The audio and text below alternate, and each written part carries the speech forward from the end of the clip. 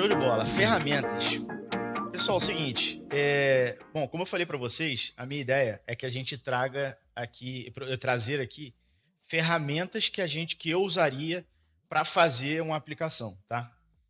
E é claro que eu vou tentar considerar, e se vocês tiverem dúvida, pode ir perguntando, mas eu vou tentar considerar que vocês talvez não tenham o mesmo conhecimento que eu, então assim, vou tentar ser o mais vou tentar explicar, né? Assim, sem que seja muito prolixo, mas vou tentar falar aí para que vocês consigam. Então, é o seguinte, primeiro, começar uma aplicação.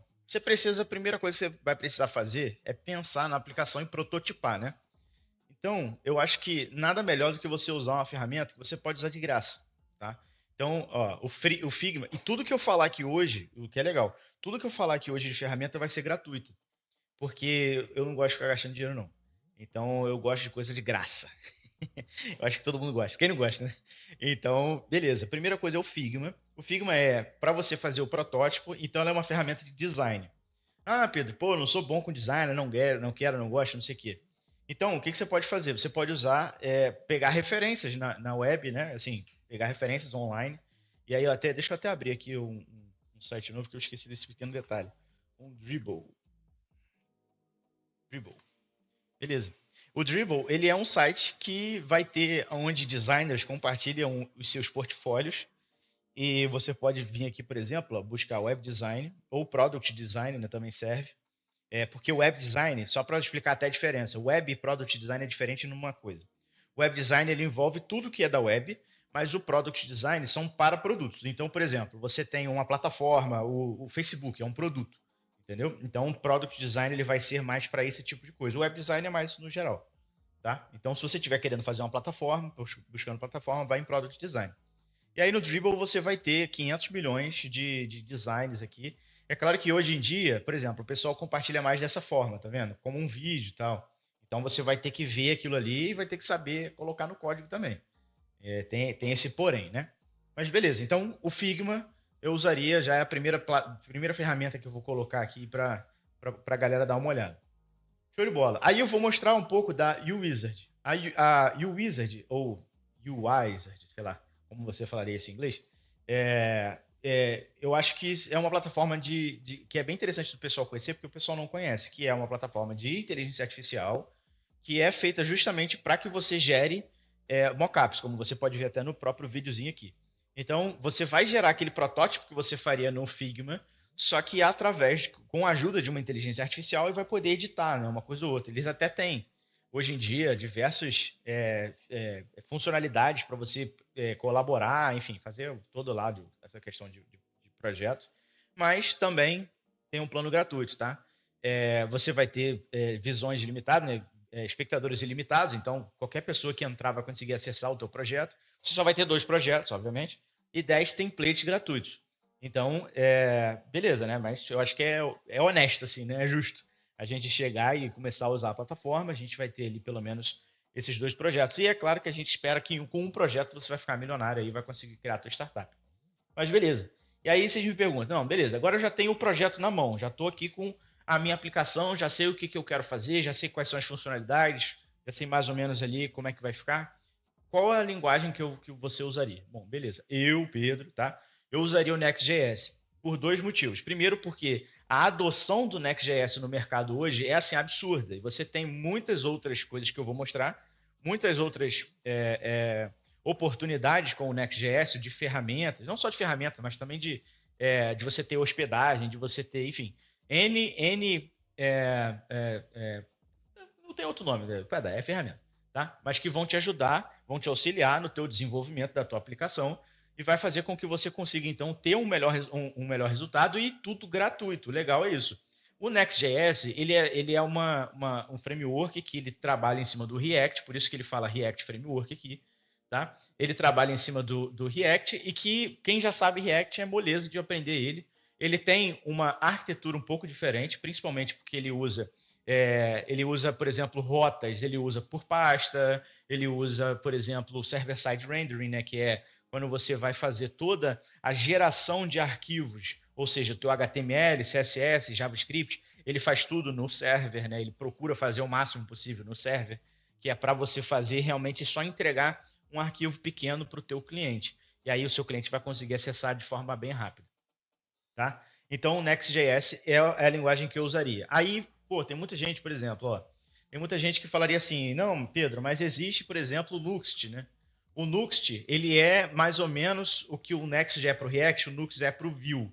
Aí, eu vou ser muito sincero, eu nunca usei Nuxt na minha vida. Eu já usei, na verdade, eu fiz uma aplicação com Vue, mas o Nuxt mesmo eu nunca fiz, tá? Então, mas tá aí, tem essa, eu sei que existe, tá? E tem outros também. Aí você vai ter, por exemplo, deixa eu ver aqui, tem um que lançou até que foi a mesma equipe que fez o React Router, né? Que o pessoal que usa rota no React usa muito esse React Router aí. Então você pode, eles têm também um framework para Next, para React, né?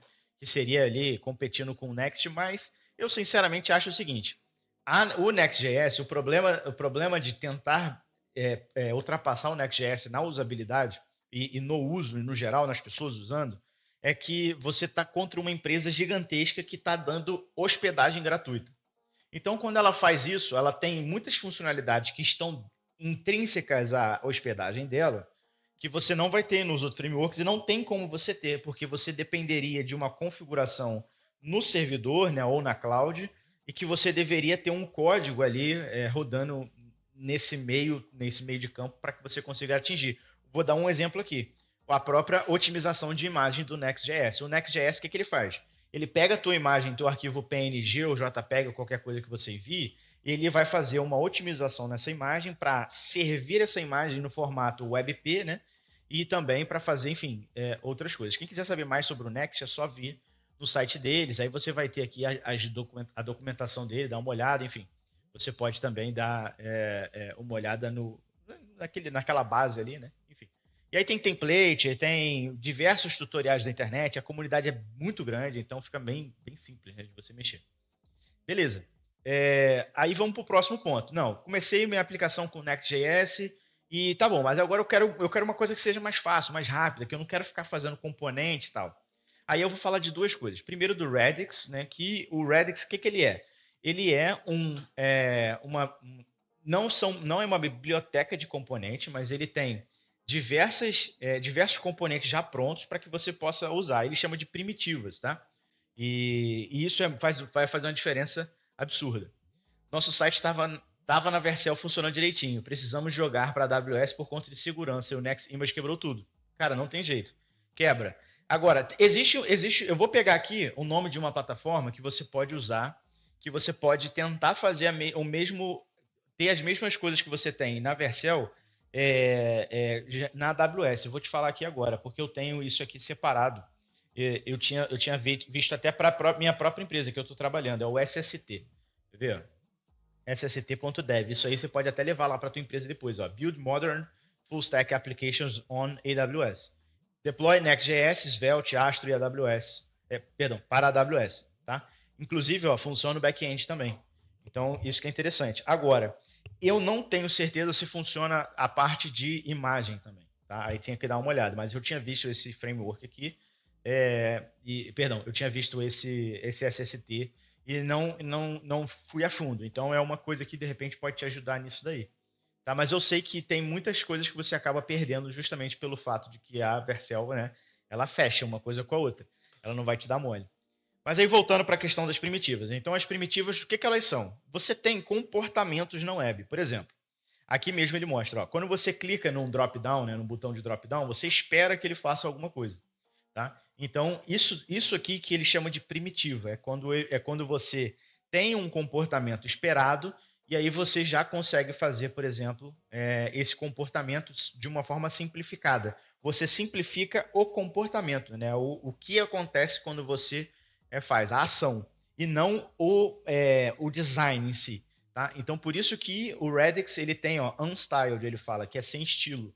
Já acessível, ou seja, já pensando na arquitetura de front-end, acessibilidade, etc., para a galera que precisa de um marketing, né, de um resultado, ranquear melhor no Google e tal. Ele já tem acessibilidade já garantida nele, e etc. E ele é para React. Né? Lembrando que eu estou fazendo uma aplicação, estou mostrando ferramentas para vocês que vão ser toda da infraestrutura, né, enfim, do universo do Next.js, porque foi a linguagem que eu escolheria, que é o framework que eu escolheria para iniciar agora, beleza? Mas ó, eu vou entrar aqui nele para vocês verem rapidinho como é que é simples, ó. O Getting Started dele, né, que é, enfim, para você começar, ele te explica na verdade como você fazer um componente, porque cada componente você faz individualmente. Isso que é legal. Você não precisa instalar, por exemplo, o Material UI. Você vai instalar tudo e aí você vai usar só você vai pegar o que você precisar. Esse não, esse aqui você vai individualmente, componente por componente, colocando o que você vai precisar. Porque se você não vai usar, por exemplo, um collapsible, por que você vai implementar? Entendeu? O collapsible seria tipo isso. Se você não vai precisar disso no teu site, você não precisa usar, pô. Então, nada, não faz mais sentido do que você não ter, né, instalado no teu projeto. Então, basicamente, o que você faz você vem no site do Redux, olha aqui o componente, ó, um form. O form eu recomendo outro, eu vou recomendar outro. Mas você vai olhar aqui, por exemplo, um componente progresso, por exemplo. Ó, ele tem um progresso aqui. Aí você vai fazer a instalação do componente, tá? Que aí você pode pegar justamente aqui embaixo, ó, installation. Você pode pegar, copia aqui, aí você copia, usa o PNPM, o Yarn, qualquer coisa, coloca lá e beleza, tá? Aí ele mostra como usar, é bem simples, tá vendo? E ele, claro, obviamente, na doc tem a API, né? Ou seja, o que você pode fazer? Você tem o valor, o máximo, né? Para você justamente gerar ali o progress, etc. Beleza? Agora, em cima do Redux tem o Shed. O Shed o Shed CN, né? Que ele é um camarada que ele fez isso sim, é como se fosse uma biblioteca. Só que ele também utilizou esse mesmo parâmetro, esse mesma mentalidade do Redux, ou seja, ele faz por componente. E aí o que é legal é o seguinte, ó, se você for com ele, fizer assim, não, beleza, eu vou usar a arquitetura de componentes do Shed, né? Eu quero fazer uma biblioteca usando todos os componentes possíveis do Shed. Então você vem aqui em Installation, e aí o que acontece? Ó, eu vou no Next, mas você vê que tem para Vite, que é o React normal, né? Remix, Gatsby, Astro e Manual, que é no React. Agora vamos no Next, né? O que ele faz? Ó, se você olhar, perceber, ele vai fazer o seguinte: primeiro que ele está fazendo uma aplicação, né? Enfim. E aí ele está pedindo para você instalar Tailwind e TypeScript. São as duas coisas que ele pede. E o ESLint, obviamente, é opcional. Mas é o ideal. É opcional, mas é ideal. Aí depois você vai rodar o seguinte: um comando npx, ou seja, você não está rodando um npm install, você está rodando um comando que ele fez e ele está inicializando um projeto. E aí você vai receber uma série de perguntas para que você possa responder, por exemplo, aonde está o seu arquivo global de CSS, você quer usar variáveis de CS para as cores e coisas assim. Isso é importante até para quem, por exemplo, faz dark mode, nessas paradas, enfim. Beleza. E aí depois ele já vai criar uma estrutura no teu projeto, ele já vai criar uma estrutura de arquivos. Por isso que você não é só instalou e acabou. É por isso que ele tem já um script para você rodar e você já vai ter tudo que você quiser. E aí sempre que você quiser instalar um componente, o que ele vai fazer? Ele vai te dar, por exemplo, ó, vou pegar o badge aqui, esse badge. Componente simples, né? Mas ele já vai ter um comando para você rodar, ó. Se você roda um npx, aí você vai rodar o shadcn-ui latest add badge. Fazendo isso, ele já vai adicionar para você os arquivos do badge. Mas Pedro, ó, não quero usar, eu não acho legal ficar rodando comando que altera a minha code base, beleza. O que você vai fazer? Você vem no manual, tá? Você já vai ter que ter instalado você vai ter que ter esse CN aqui, que é um utils que ele tem, ele te ensina como criar. Se você for ali no installation e botar manual, você vai ver que ele te ensina como criar. E você vai ter que perceber o seguinte, que ele tem as cores, né? Por exemplo, é BG primário. Então você vai ter que adaptar isso aí também, tá? Mas basicamente é isso, ChatCN. E ele tem componentes muito bons, bonitos, tá? É simples, é uma coisa a mais. Esse aqui é a fotinha que ele usa até no Twitter, no GitHub dele. Mas, e que funcionam, tá? Já funcionam. E eles usam o Redux para funcionar. Então você pode até ver aqui, se você for em algum componente, você vai ver o seguinte, ó. Ele faz um import aqui de. Cadê? Não, esse aqui está usando outra coisa, né? Porque é um calendário. Beleza, deixa eu ver esse camarada aqui. Beleza. Aí aqui você vai ver que ele vai usar o card, né? Ele vai fazer Perdão, gente. Eu estou só abrindo os piores componentes do mundo para você ver. Aqui ele vai lá, beleza, obrigado. Aí aqui ele já usou, por exemplo, o dialog do Radix UI, tá? Então você vai perceber que também tem outros componentes que ele vai usar outras coisas, como foi o caso do card, que eu dei a sorte, a maior sorte do mundo, que é o card e o date picker, né? Que ele vai usar outros componentes que não sejam o Radix, tá? E ele usa, ele tem uma parada legal, porque ele usa isso aqui, ó, Lucid React. O que é isso? São ícones, né? Aí você pode usar, mas ele tem um outro style que é o New York. Esse New York, ele está usando os ícones do próprio Radix. Porque se você vier aqui no Radix, se eu não me engano, aqui, ó, você tem uma série de ícones que você pode, inclusive, clicar. Clicou, ele já copia o SVG. Tá? Direto, rápido, sem complicação, sem dor de cabeça. Então é bem legal. Você pode instalar também no seu projeto, mas você pode abrir no Figma, fazer download para Sketch, pegar um jar. Você pode fazer o que você quiser com isso aqui, tá? Eles não têm muita dor de cabeça, eles já te dão logo o que você precisa. São ícones funcionais de um sistema, beleza? Então, icons.radixui.com. Mas beleza. Então, vamos para o próximo. Agora você já tem o seu front-end ali, né, pronto para fazer alguma coisa.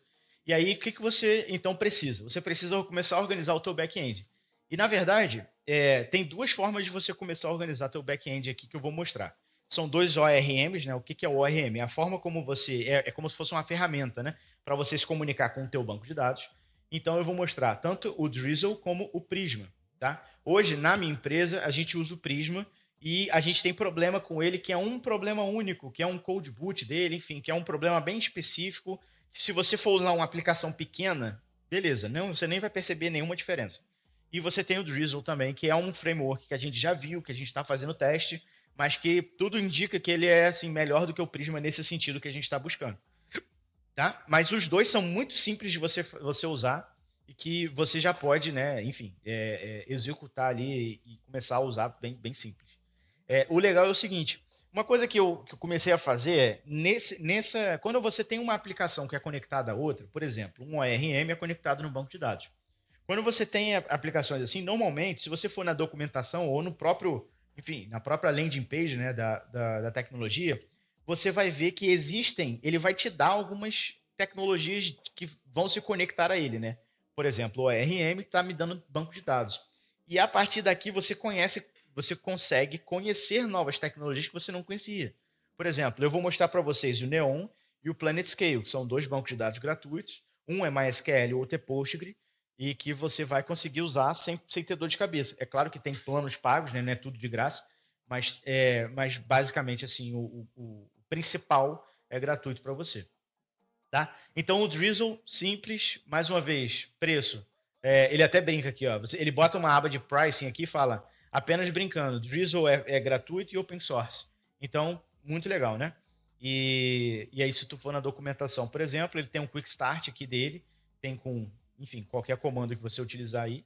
E aí, vamos supor que você use o PNPM, você vai dar um add, depois você vai dar um add para dev, né, para uma dependência de dev, vai inicializar o esquema do teu banco de dados e aí vai fazer dependendo. Ele te mostra aqui como vai fazer a inicialização e depois vai fazer a tua query. Você vê o seguinte, ó, são 3 blocos aqui, 3 cards, né? Cada um com pouquíssima linha. Então, assim, é simples de você usar o Drizzle, tá? E assim vai ser também no Prisma, tá? Não vou falar mal nele nesse sentido. Eu falei que a única coisa que eu falaria mal dele que eu falo mal dele é aquele code boot que ele tem. Mas se a gente for nos docs aqui, ó, você vai ver que é simples também. Tá? Setup Prisma, tá, enfim, é simples, vírgula, né? Já tem uma porrada de coisa para ver. Mas beleza. Mas tem aqui, ó. Deixa eu ver se ele. Eu queria ver uma doc, né? Prisma Client. Foda-se também. Enfim, é simples. Depois você olha aí melhor, que eu não estou sabendo achar. Aqui. Você dá ah lá, tá vendo? Ele já vai ensinar um pouco antes, né? Ele já está inicializando o projeto, Node, não sei o que, sei lá. Enfim, mas você tem um Prisma Init aqui, ó, tá vendo? E aí é legal. Inclusive o Data Source Provider, que você pode botar aqui Neon ou PlanetScale. Se eu não me engano, ele pega Neon também. A gente pode até dar uma olhada nisso depois. Mas, de qualquer forma, o PlanetScale eu sei que ele faz porque eu sei que ele usa porque é o que a gente usa, inclusive, lá na empresa. Né? Então, beleza. E aí, então, você tem o seu ORM e aí você vai precisar do seu banco de dados, né? Para você conectar no seu ORM. E aí eu vou mostrar os dois, que então que eu conheço aqui, eu sei que dá um feedback legal para o pessoal, para os desenvolvedores. Um deles é o PlanetScale, que eu já usei bastante e é sensacional. O PlanetScale, como é que ele funciona? Ele tem um sistema parecido com o Git, né? Com o branching do Git. A diferença principal do PlanetScale para o branching do Git é que ele não é tão inteligente, tá? Então tem horas que você vai, por exemplo, achar melhor apagar a tua branch que você está trabalhando e criar uma nova, para você então atualizar o schema. Mas o que é legal nele? Você começa, por exemplo, você tem a main, né, que é uma branch aqui, é o meu braço, que vocês estão vendo aí, o braço direito, e tem a branch develop, que é o braço esquerdo. Aí beleza, aí você vai fazendo as alterações na develop, tarará, tarará, e aí quando você for colocar na branch main, você não teve que alterar nada, você já está tudo pronto, já fez teste, já nada, entendeu? Então você vai fazer o branching para main e vai fazer o PR para main e vai conseguir ter o seu trabalho integrado já sabendo que vai funcionar. É isso que é legal. Então e você pode ter mais de uma branch simultânea. É claro que no plano pago, né? No plano gratuito aí você tem algumas limitações, por exemplo, 5 GB de storage, 1 bilhão de linhas lidas por mês, 10 milhões de linhas escritas por mês, uma branch de produção, uma branch de dev, tá? Mas para projetos estamos iniciando aqui, pô, mais do que suficiente, tá? Não precisa de muito mais do que isso não. Beleza, o outro banco de dados, que aí sim, perdão, o PlanetScale é MySQL, tá? E o Neon é Postgres. E como ele mostra aqui, ó, serverless Postgres, o que é bem legal, né? Então você pode ter aqui, vamos lá no pricing, e aí a diferença que você vai ter, ele trabalha com um conceito de projetos também, assim como no PlanetScale, só que no plano gratuito lá, ele nem introduz essa parte de projetos, ele só te dá aquele acesso ali, acabou.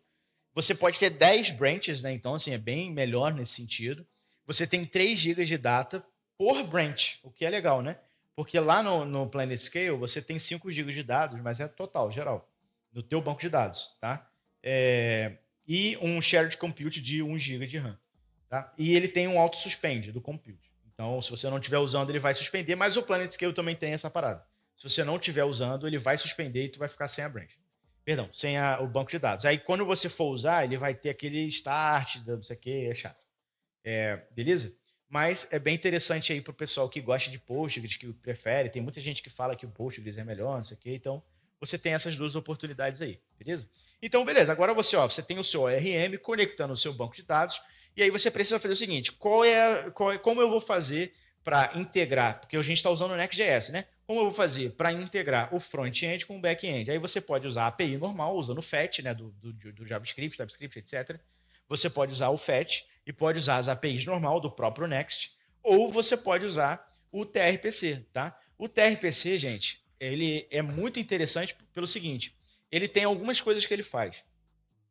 Junto com o Zod, né, que é um validador de esquema, você consegue criar APIs que vão ser tipadas do back para o front direto, como ele está mostrando aqui. Ó. Aqui é o server, tá? É o back-end. Quando eu troco a procedure aqui para ter um name, eu automaticamente sei que eu estou esperando um name, não um message, né? Como está aqui, ó, tá vendo? Quebrou automaticamente quando eu troquei. E isso acontece em tempo real. É exatamente assim que acontece. Se você estiver lado a lado, trocou de um lado, salvou o arquivo, já vai o outro reclamar. Na verdade, não precisa nem salvar, ele vai reclamar antes de você salvar.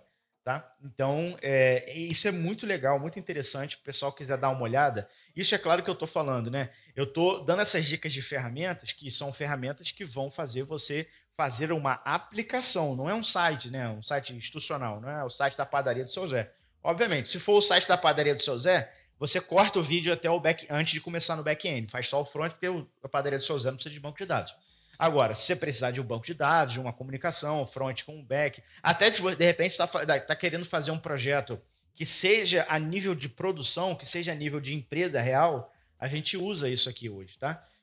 Claro que você talvez não encontre uma vaga tão fácil para usar TRPC, porque é uma tecnologia nova, porque simplesmente, quer dizer, nova, né? Nova entre aspas, mas porque não é todas as empresas, principalmente as antigas, que usam, né, as tecnologias novas como o Next.js. E o TRPC, ele não foi feito para o Next.js, mas tanto é que na documentação dele você vai ver o seguinte, que ele tem uma documentação específica para o Next, tá vendo? Então, assim, é porque ele não foi feito para o Next. De repente, quando eles fizeram até testando junto com o Next, mas eles tentaram fazer uma coisa mais framework agnóstica, né? Mais agnóstica, como eles chamam de, que é você poder usar em qualquer lugar. Porém, na documentação ainda não tem outras tecnologias para você usar. Por isso que o TRPC é legal quando integrado com o Next também. Mas beleza. E aí a gente vai agora no seguinte. Show de bola, Pedro. Agora eu já tenho o ORM, já está conectado com o banco de dados e tenho como fornecer isso para o front-end de uma maneira simplificada. Tá? E aí o que eu faço agora? Agora você vai hospedar. Para você hospedar, eu recomendo que se você estiver usando toda a arquitetura que eu falei, eu recomendo que você hospede na Vercel. Por quê? Aí a gente vai no pricing aqui novamente, porque é de graça. É isso, acabou a história. Brincadeira. Não, é porque a Vercel ela tem um plano gratuito que é muito bom. No plano gratuito, aí que tá, né? Agora a gente vai entrar num ponto legal aqui. No plano gratuito, eles falam o seguinte, que não é para o teu site ser comercial, era apenas para projetos pessoais. E aí, eu fiz isso? Não, eu uso para projetos comerciais também, eles não sabem qual e tá tudo certo, também não preciso falar. Entendeu? Então, é aquele negócio, eles não vão ficar em cima de você por causa disso, nem vão ficar te tirando funcionalidade, nada disso. Mas saibam que existe essa norma, né, dentro lá da Vercel. E também, se você for para o próximo plano, você vai para $20 por usuário. Tá? Então, por usuário por mês. Que, cá entre nós, todo mundo usa o mesmo usuário. É isso. Ninguém fica usando usuário diferente, não. Você tem uma estrutura de empresa pequena, você compra um usuário e todo mundo usa a mesma coisa, isso aí dá R$100, mais ou menos, 115, por aí. Então, não, dá menos, né? Dá uns R$90. Então, é mais ou menos isso daí que você vai pagar por mês para ter uma hospedagem que ele funciona. Aí, como você vai ver, né? Você vai ter infinitos projetos. Tá? Não vai ser aquela hospedagem que você compra, por exemplo, e coloca um projeto. Então, você compra aquela hospedagem WordPress e fica todo travado, tá? Sabe? Também não é uma hospedagem que você vai ter tanta liberdade quanto uma VPS. Mas lembrando que nosso objetivo aqui não é falar sobre ferramentas muito legais que existem na internet. É para o que eu faria, né? O que o Ogro faria do início ao fim numa plataforma, para construir uma plataforma do zero. Então, tá aí a hospedagem que eu usaria. E aí, aquilo que eu falei lá atrás, o Next.js, ele é propriedade da Vercel. Ele é open source, mas ele é propriedade da Vercel. Então, como que você vai, né, ganhar de um framework? A pessoa que está criando um framework novo, do nada. O Remix era o framework que eu queria mostrar para vocês. Remix.run, se eu não me engano, é o site deles. Remix, por exemplo, que foi da mesma galera que fez o React Router lá. Como que você vai conseguir ganhar simplesmente do Next.js fazendo um framework novo? Pode ser lindo, maravilhoso, mas o que você ganha, entendeu? Usando o Remix e não usando o Next.js. É aí que tá. Então, assim, o ganho, como ele até dá um exemplozinho aqui, eu vou até explicar isso para vocês. Esse exemplo aqui, ele vai falando que ele vai dando load, né? Ele vai fazendo carregamento das partes individualizadas enfim, da tua aplicação. Então é importante que vocês entendam a diferença e aí vocês também, obviamente, vão usar o que vocês acharem melhor. Se eu não me engano, a Vercel, ela aceita, tá? Então você pode ver aqui, ó, tem suporte para mais de 35 frameworks. Então a Vercel, ela aceita 35 frameworks. Não é só Next, não é só React, tá, pessoal? Pode olhar lá, que eles aceitam mais coisas. Você pode botar o teu sitezinho, de repente, para teu portfólio, essas paradas, você pode botar no ar. Vai ter o que não vai funcionar, né, dos outros frameworks, mas o do Next.js sempre funciona tudo direitinho. Show? Então, assim, essas foram as ferramentas. Acho que a gente falou bastante sobre todas elas e é claro que talvez eu gostaria de falar um pouco mais a fundo delas, mas eu acho que não é essa a proposta. A ideia é realmente dar um en passant, né? Falar um pouco sobre elas e realmente demonstrar para vocês como que seria para criar uma arquitetura do zero, quais ferramentas a gente tem. E aí eu vou fazer um bônus aqui, ó, para a galera que usa, que realmente está interessada no Next ou se interessou com esse vídeo, que é o Upload Thing, né? Que é justamente o quê? Ele é um bucket de arquivo. O que é um bucket de arquivo? Né? Você tem lá no Amazon, você tem o S3, por exemplo, que é quando você precisa hospedar um vídeo, uma imagem, um arquivo grande, normalmente, né? Grande, que você precisa colocar lá. Eu falo grande porque uma imagem pode ter, sei lá, 100 KB, entendeu? Então, existe essa diferença aí de tamanho, né? Um vídeo pode ser 1 GB, mas, enfim. Então você tem aqui esse upload thing, que é ridiculamente simples, tá? Eu vou fazer um quê? Deixa eu dar um learn more aqui. Olha como é que ele funciona, tá? Ele tem um setup simples. Você vai fazer uma rota, né? No caso é tipo uma API de arquivo.